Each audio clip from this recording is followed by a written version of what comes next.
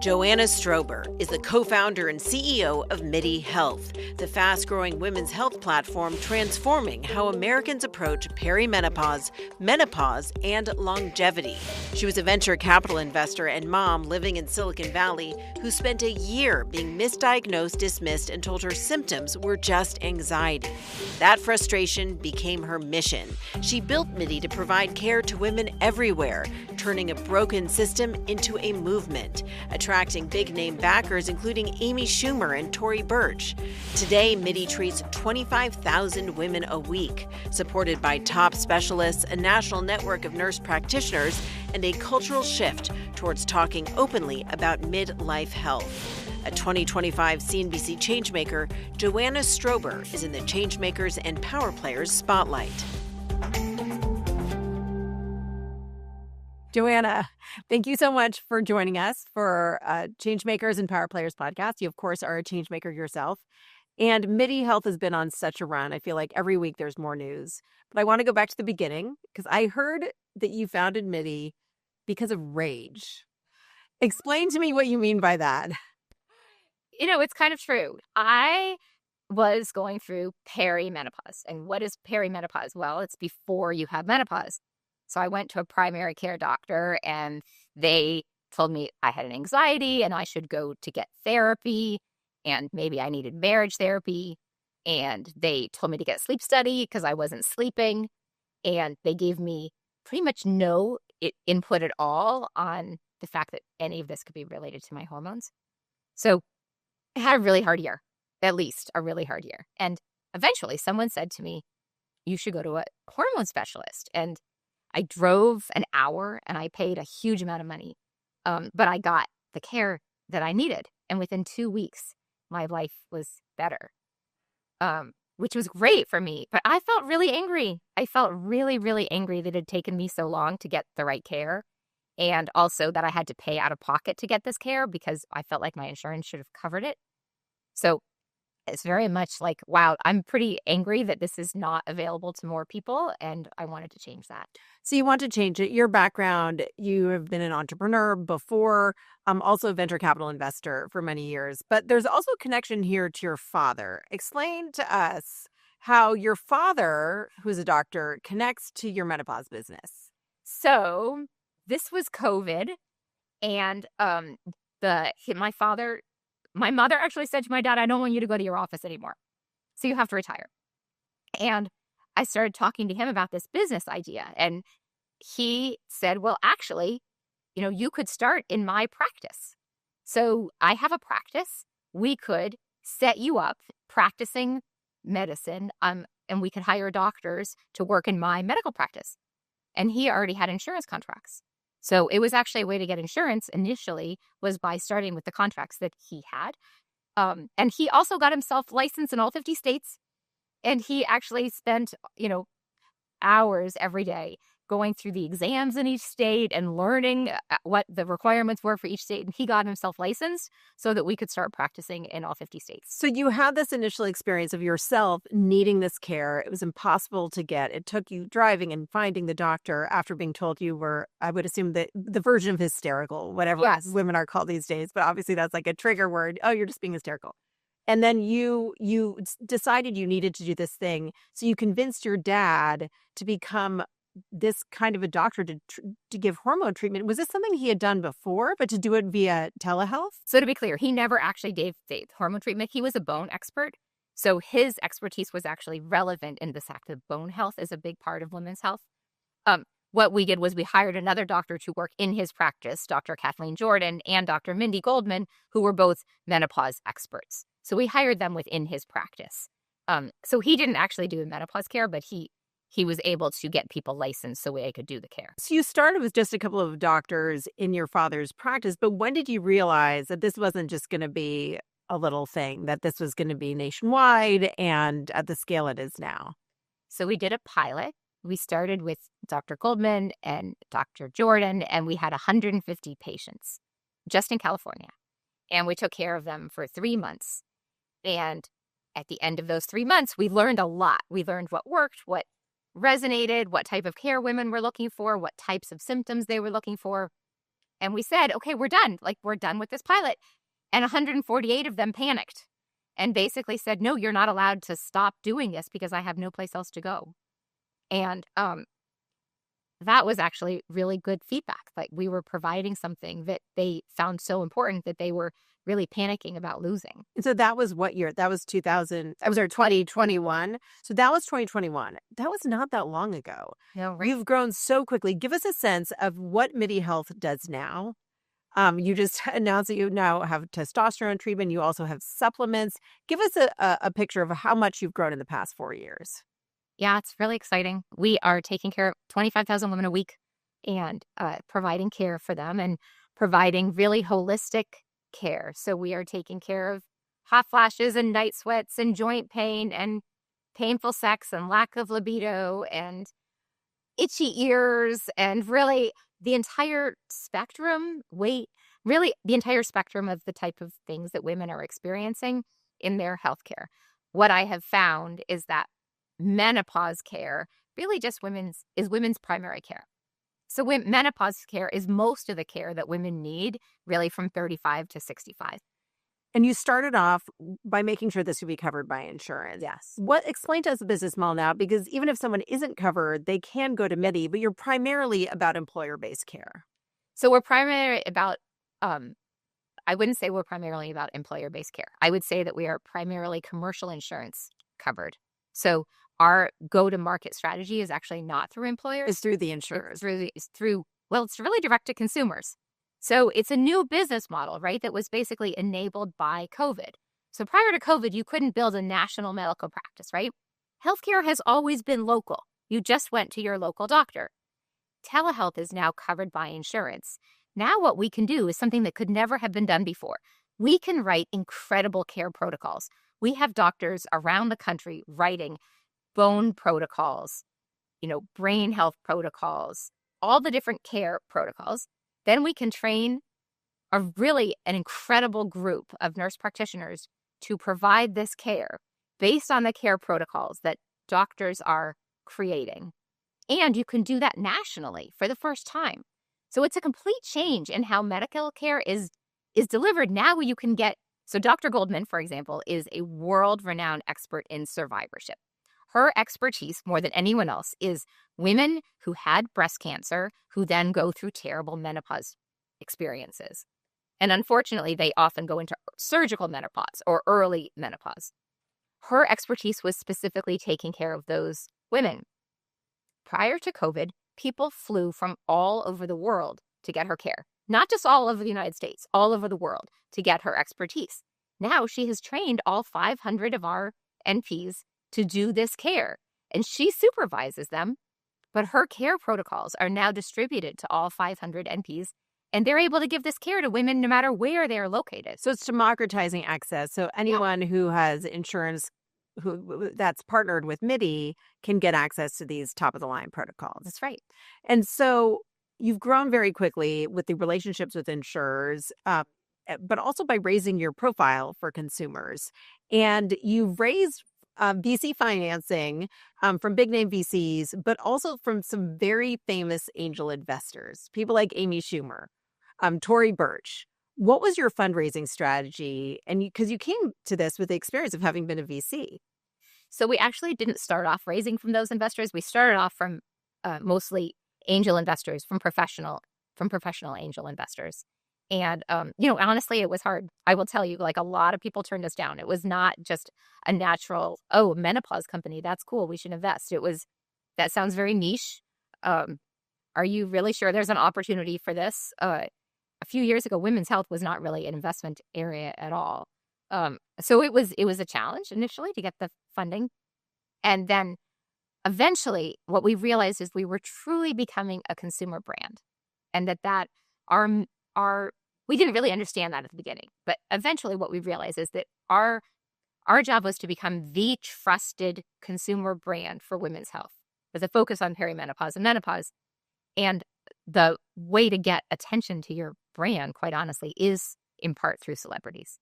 And so we approached celebrities or people who we thought, like Tory Burch, who had done a great job building her own brand, and said, would you join us on our journey? And it was great. We had over 50 incredible women invest in Series B, and the CEO of Waymo, like an incredible group, not just of celebrities, but also just incredible women executives who all said, look, we want to support you, and we believe in what you're doing. And so how did you figure out who to reach out to? And did anyone say no? Because Oh, it's pretty incredible list. We had lots of no's, yes. We had a lot of yeses and a lot of no's. I remember seeing Amy Schumer post about Midi on Instagram. Do you feel like these women have become kind of like ambassadors for what you're doing? My goal is to provide great care to women. And what I have found is that when we do that, and they feel great and we do change their lives, then they are very excited to post about it and tell the world that we were able to help them. It also feels like there's this moment right now, and Midi is part of this conversation of really normalizing talking about things that have been taboo. Yep. Like talking about menopause was taboo for forever. And this idea of women talking about hot flashes, that was something that women wouldn't talk about at work. But you've worked really hard to normalize these conversations. And I saw a study that referenced, that I think you referenced, talking about how if women can name what they're going through, it's empowering. Explain that. So it was an incredible Harvard study on the fact that, when women experience menopause symptoms at work, if you're having a hot flash, if you look flushed, they lose power and they lose credibility. And people looking at them don't take them as seriously. When they call it out and say, that was just a hot flash, I am having menopause, they can reclaim their power.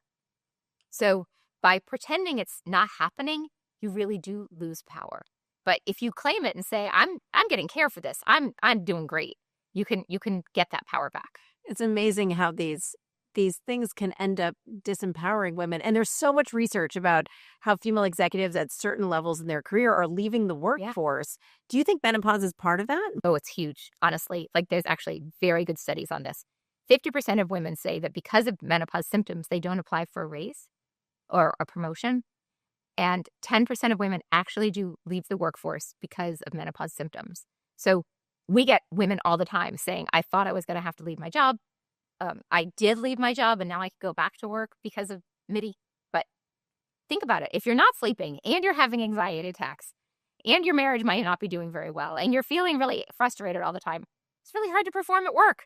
But that is all hormonal. And if you get the right treatments, you can really perform incredibly well. I think actually menopausal women are kick-ass at work, right? So as soon as we're given the right treatments, we're able to do great. And that's really our job. So what do you think has happened in the past 5 years since you first came up with this idea of starting this company? Do you think that culturally things have shifted? I mean, you see big celebrities like Naomi Watts and Halle Berry with their menopause-related companies. Is this a moment of transition culturally? I think we're leading a revolution. That's what I decided. We're going to revolutionize women's health. Women are talking about it. And that is step number one. We also, we used to see when you saw menopause ads, it was old ladies. Like they were like 80 and that was a picture of a menopausal woman. So just changing, having Naomi Watts talking about it, we're changing what women look like in menopause, right? And showing that women in menopause are not grandmothers. Like they're still ruling the world. And they can. And I think a lot of that is we can take away that stigma by changing the image and changing the discussion. And then women are much more likely to talk about it when they feel like they can get treated. We just saw the FDA change its policies around hormone replacement therapy. For so many years, it was something the FDA warned against. Now they've changed their policies. What do you think that's going to mean for a business like yours and the way women think about menopause care? So the FDA warning, the black box warning they put on was in response to this World Women's Health Initiative study, which has since been reevaluated. And what I would say is that I believe that black box warning unnecessarily scared millions and millions of women from getting the appropriate treatment. Is hormone replacement appropriate for everyone? No. Should you buy it from a vending machine? No. It's still medicine. It still needs to be delivered to you by a medical professional. But I am very optimistic that women will be less scared of it and more likely to embrace it. Just so you understand, before the study, 45% of women were taking hormone replacement therapy. right now it's less than 4%. Whoa. So we have an entire generation of women who were deprived of medication or scared off of taking a medication that has now been proven. It's been proven for our bones. It's showing extreme efficacy in preventing cardiovascular disease. They're showing a correlation with brain. Like they're showing that hormone replacement therapy can really positively impact women's health. And so it's a big deal. And so all of those headlines, getting women to wake up to the reality that this might make sense for them, how does that impact your business? How are you seeing that drive your growth? It's obviously it's very good for the growth of our business. I mean, the more women are not scared of taking hormones, that's great. There are other things you can take too. So we're not a hormone company, right? I joke that we have an apothecary, like we have a whole toolkit. And our job is to have this toolkit of options for you and to educate women. Here are their options. And then give them choice. Let them choose which one they want to take. So I'm not trying to tell them they have to take hormones. But we did a study that asked women what they preferred to take for menopause. And like 85% were saying that they preferred to take a supplement over a hormone. That's unfortunate because the numbers should be that about 90% of women can benefit from hormones. So we have still a really long ways to go to get that awareness up. You've also been doing a lot in the longevity space. I interviewed Ariana Huffington for this podcast, and she was saying she thinks that there's this male obsession with living forever. And she doesn't think it makes sense. And she thinks that women, including herself, care a lot more about having a long health span. Yeah. And not living forever, but living for the right amount of time and being healthy in that amount of time. What is your approach to longevity? Look, to me, longevity is kind of the same thing as preventative care. So we're not trying to get people to live forever. But what we do want them to do is start thinking in their 30s, 40s, and 50s of what they can be doing to be healthier in their 70s, 80s, 90s. And to live a healthier life when they age. And so you can call it longevity, you can call it preventive care. I think a lot of it is about marketing, quite honestly. But if I can market that longevity and I can get you to pay more attention to what you can do to have stronger bones, to prevent cardiovascular disease, to prevent Alzheimer's, women disproportionately suffer from those things. So when you look at the aging with the nursing homes, a lot more women in nursing homes than men. So we are suffering from more from Alzheimer's, more from cardiovascular issues. So we need to start doing prevention early. And to me, that's really what longevity is. When you talk about marketing to get people to start early, you yourself are a big part of the marketing for Midi. And I would say women, especially in the women's health space, do face a lot of pressure to be part of the marketing machine because you are who this product is for. You built this product for yourself. What's it like to have your own identity so closely tied to that of the company? So I will say I really only do it on LinkedIn. LinkedIn is and sometimes on Instagram. Sometimes, but not a lot on Instagram. I do pop in and out of Instagram. I'll decide to make a video, and I do make a few, but I haven't gotten as comfortable in video as I have on LinkedIn. But the truth is, people trust the company in part because they trust me, and I do need to be trustworthy. So I need to say things and really embody what I care about. And so I do try to write about what I care about, and that is about women's health, about hormones, about what we can do to stay healthy. I hate lifting weights, honestly, but I'm modeling that I'm lifting weights because I know how important lifting weights are to women in midlife so that we can keep our bones strong. So I'm trying to model the life that I want our patients to strive for. You just told me you're more introverted before we started recording. How do you reconcile those two things? Yeah, so, I'm learning. I write my own LinkedIns, and I'm really good at writing. I like writing. So for me, it's very comfortable to write. And then I'm trying to be more brave, I would say. Initially, I was probably pretty conservative on my LinkedIn posts. And I'm working on being louder and probably a little more controversial. But from the very beginning, you've been talking about sex and how this is about helping women's sex lives. So yeah, that's also pretty brave. Yeah, I guess so. It's funny. I don't think of it like that, but yes. So were you always this brave? No, definitely not. I mean, I think now I'm, my kids are gone. I don't have to worry about embarrassing them. And this is my last job ever. Like, I intend to do this forever. So I'm not trying to impress anyone else. And I think that actually really is to our benefit, that I really care a lot about this and doing a good job in this. And I'm not thinking about long term, what is the impact on my career? This is it. That sparks a fearlessness. Yeah, exactly. I want to talk more about the fearlessness, but first back to your kids, because you have 3 kids. Yeah. And yes, the youngest one is 19. But you talk to them about your work a lot. And I was curious to hear that. I mean, I have an 11-year-old and a 14-year-old. And when I tell them about my work, it's more explaining why I'm traveling or trying to inspire them about these incredible entrepreneurs I get to interview. But you ask your kids for advice. What do you ask them about? They're very social media savvy, I will say, right? And they see what's going on in the zeitgeist in a way that I might not. My son, my youngest one, when he was in high school, taught me how to do TikTok. I wasn't paying attention to TikTok, and he was like, you better be paying attention to TikTok. And he started showing me TikTok videos and talking about how the importance of TikTok. He was right. He was right. Yeah. That's right. But no, my kids, they pay attention to the zeitgeist, and they educate me all the time on what I should be doing. I want to go back to the fearlessness thing, because I think a lot of us, I've become more fearless in my old age. Yeah. There's this great study, which I cited in my book, about how women gain confidence from the time they enter the workforce, and men actually lose confidence over the course of their careers. And it actually crisscrosses around 40. So around 40 is when women become more confident than their male counterparts, which I really think makes sense, because I think confidence should correlate with experience. But I'm curious if you've had turning points or moments where you realized you needed to turn up your confidence or become more fearless. I mean, clearly with this company, that is my job, right? And I was telling you earlier that some of my investors, initially, the early investors, were actually curious if I would be fearless enough.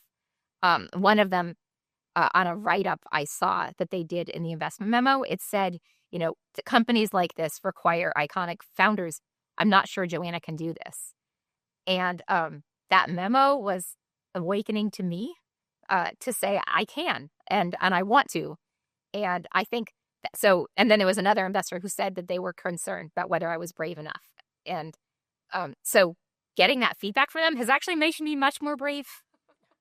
So what would your advice be to entrepreneurs or anyone earlier in their career who wants to be more brave? It usually pays off. Honestly, I can't think of very many times when being quiet and not brave has been of benefit. What do you do if you're scared? What do you do if you're scared? I mean, I think probably you question whether you should be scared once in a while. Maybe you should be. I do think it's different when you're working in a company versus when you're running your own company. You often are representing different people. So you need to think about who you are representing and what is the right way for you to come across in that environment. But when you're running your own company, I'm pretty confident that if you're not brave, it won't work. Yeah, gotta be brave. I was so interested to read that you had written a book about equity a long time ago. Tell us about the book and also how it ties into what you're doing now. So my co-founder at Midi and I wrote a book that came out in 2008. This was a long time ago. Yeah. Called Getting to 50/50. And we wrote it because we were concerned that women that we knew, that we loved, were leaving the workforce. And we wanted to understand better why they were leaving the workforce. And what we found is that often they were not prioritizing their careers in the same way that their husbands were prioritizing their careers. And so often they were stepping back while the men were stepping up. And so the book was called Getting to 50/50. It was a mindset that we're both equally important at home and at work. Both of our careers are equally important. Both of us are equally important as parents. And we really wanted to encourage women to have the tools to keep working. So clearly it does tie, as I'm describing that, to what we're doing now. We think a lot about the importance of perimenopause care and menopause care in enabling women to thrive at work. So what you're doing now very much ties into that. Yeah. You're keeping these women who are senior and have a huge impact on their organizations, giving them the opportunity to stay in the workforce. But since you wrote that book in 2008, things have not changed that much for the better. And actually now we're seeing declines in the percentage of VC funding to women. We're seeing the pay gap grow for the first time in years. Are you at all optimistic? I mean, it's been so long I am since the book optimistic. came out. I am optimistic. So yes, my children have told me that some of my parts of my book are a little old-fashioned. So I'm sure that some of the parts are not relevant, but certainly there are lots of women are still struggling to stay in the workforce, and there's also still prejudice that's going on. And I was probably more optimistic when I wrote the book that a lot of that would go away, and that hasn't gone away as much as I want. I will say in the venture world, there are now women in venture capital funds who have capital, and that is a huge difference. So without women who have access to capital, just women-oriented companies have a very difficult time getting funded. So it is an ecosystem very much, and we need women to have early stage money and mid stage money and late stage money in order to identify women entrepreneurs who are growing companies, because it is a closed network and people do fund people that they know. And so we do need women in all parts of the capital infrastructure to fund women entrepreneurs. And that has gotten better. Yeah, statistically, female investors are twice as likely to invest in a female founder than a male investor. And there are all sorts of reasons for that, including their pipeline of what kinds of deals they see. So you are optimistic. And you've had various chapters to your career. You had a startup, you sold to Weight Watchers. How have you changed as a leader since you had your last company? How have I changed the leader? That's a good question. So I think that I am certainly more confident. And part of it is that I'm so excited about this company that it is easy to be confident. We are, when things are working, it's obviously easier to be confident. And then you can hire better people and it gives you a lot of confidence. So I think that is part of it. And my company is mostly women. We have mostly women working there, and I'm incredibly proud of that. One of the things I think I am most proud of is all these young women who work for me. They go on maternity leave and they come back, and I love that, right? So I spend a lot of time thinking about building a workforce of great people who actually can be great parents and have a great career. I think that's actually really important, and we are modeling that a lot. We are also modeling, we are trying to have a very attractive workforce for the nurse practitioners who work for us. We think a lot about giving them flexibility, giving them a good job, enabling them to thrive in their careers as well. So I guess I'm at a stage in my life where I can think about all these things, right? I can think about what kind of culture I want to build at a company, and I can think about how I want this to be a place that men and women can really thrive at work. And I guess that's a luxury, right? Like that is definitely a luxury that I can really think proactively about the culture that I want to build and that be able to do it. Well, so certainly very purpose-driven, probably more purpose-driven than you've ever been, but it sounds like very intentional and thoughtful in your leadership. What is the best advice that you've gotten over all these years in these different worlds that you've operated in? I mean, I think focusing on resilience, right? Things are going to be hard. Things are definitely going to be hard. And I think trying to just focus on resilience and keeping going is really important. And I find that there's a sign that said, when things get hard, rest, don't quit. And I love that. I like that. So I have that little poster on my board that says, when life gets hard, rest, don't quit. Rest, don't quit. Or maybe have a Diet Coke. Yeah. I was so thrilled to hear that your guilty pleasure is Diet Cokes. You're in the health space. I always thought Diet Cokes were incredibly unhealthy. I stopped drinking them when I became pregnant with my first kid because I was like, I definitely can't do this. So what's your approach to vices? I think vices are just fine. I think we all need to have a lot of moderation, quite honestly, and a lot of grace on our bodies. I actually think that moderation is the key. I don't think there's any specific diet that is going to be particularly necessary to follow. The more that I read, you realize that every diet contradicts each other anyhow, right? So I think really it's about moderation and doing things that make you feel good. And you told me earlier, and that I should make sure we repeat for our audience, that there's no data showing that Diet Coke is poison. There is not. That's correct. So what are your other life hacks? A daily Diet Coke. What are your other life hacks? Lots of walks. I love walking. I'm very lucky to live in California where I can walk for most of the year. So I wake up every morning really early, listen to podcasts. I love listening to podcasts and go for really long walks. Like this podcast? Like this podcast, exactly. But I listen to Audible books. I listen to podcasts.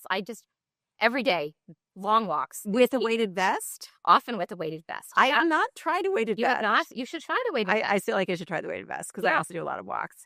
And so do you have a cohort of other CEOs? I know you have a co-founder, but do you have a network of other female leaders who you can call in tough times? I do. I'm really lucky. I have a number of women who are actually specifically in the health tech space, and they are incredible posse and listen at all times of day and night when I have little panic attacks. So you do have little panic attacks, Yes. but you have people to call to calm you down about that. You are here. And my kids, actually. And your kids. They are very good at calming me down when I'm having panic attacks. That's awesome. We're here, obviously, in San Francisco. You live in the heart of Silicon Valley in Palo Alto. This is AI central. How do you use AI as a tool yourself to make your life more efficient as you're growing this company? Well, I talk to ChatGPT all day. I have an entire conversation all day long asking advice. I'll ask advice about, I put the board meeting, I was prepping for board meeting, I put the deck in, and I said, okay, you're a harsh board member, give me feedback on what the board members should be critiquing me about at the board meeting. Actually, we had a great process recently. We went through our OKR process. So the OKR process was created by John Doerr, and he's written this book called Measure What Matters. Mm-hmm. So he is basically accessible to you on ChatGPT. John Doerr. Yes. So you could say, Did you upload his book? It's there already. Okay. You don't have to do that at all. It has all of his podcasts. It has all of his everything. So you say to ChatGPT, pretend to be John Doerr and give me a critique on my OKRs for the company. And this is actually really fun. So you can have a nice John Doerr, or you can say be a harsh John Doerr. And then it changes the feedback that it gives you. So I actually had an 8-hour plane ride where I talked to John Doerr for 8 hours. And I got feedback over and over and over again on the OKRs that I came up with. Finally, he liked them. And it was very nice. And then I will tell you, so my closest friend growing up in the world was Susan Wojcicki, who was the CEO of YouTube. She is famously in John Doerr's book for the YouTube OKRs that she came up with. So my husband, while I was on this flight, I was texting him. He said, I'm going to ask Susan Wojcicki what she thinks of your OKRs. And so he put it in, and Susan critiqued my OKRs. And it was amazing. And her advice was so good. I was very emotional on the plane when she said, these are pretty good, but I might think about this and I might change this. So I have a very close relationship with my. And did you ever ask the real live non-AI John Doerr what he thought? So I have not been able to do that. But I did get a lot of advice from Susan when I was starting the company. Honestly, one thing I will say is watching her be so successful in her life is incredibly motivating to me. And watching her start the company and her house and keep growing it and do such an incredible job, it's very helpful to see a good friend do that because it feels like things are very possible. And I did used to show up at Susan's house all the time asking her questions, and I miss her a lot. So it was actually very valuable to have her giving me feedback. She was an incredible leader. I was lucky to get to interview her when she was running YouTube, and I know she is sorely missed. Yeah. But it really speaks to the value of having a cohort of other successful women to look to, not just when times are tough, but as an inspiration. I think that's exactly right. Seeing other women do this and, build big things is actually very helpful. Yeah, very helpful. And you're part of that. And with your frequent posts on LinkedIn, which I love, and as well as your occasional posts on Instagram. Well, thank you so much for joining us for this conversation, and just fascinating to watch Midi continue to grow. Thank you. This was really fun.